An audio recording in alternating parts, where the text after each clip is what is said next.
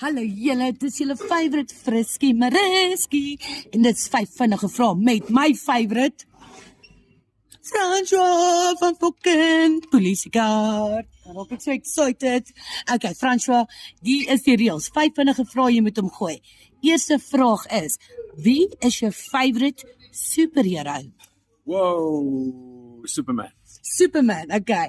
Dan, as jy een power kon gehad het, superpower, wat sou dit wees?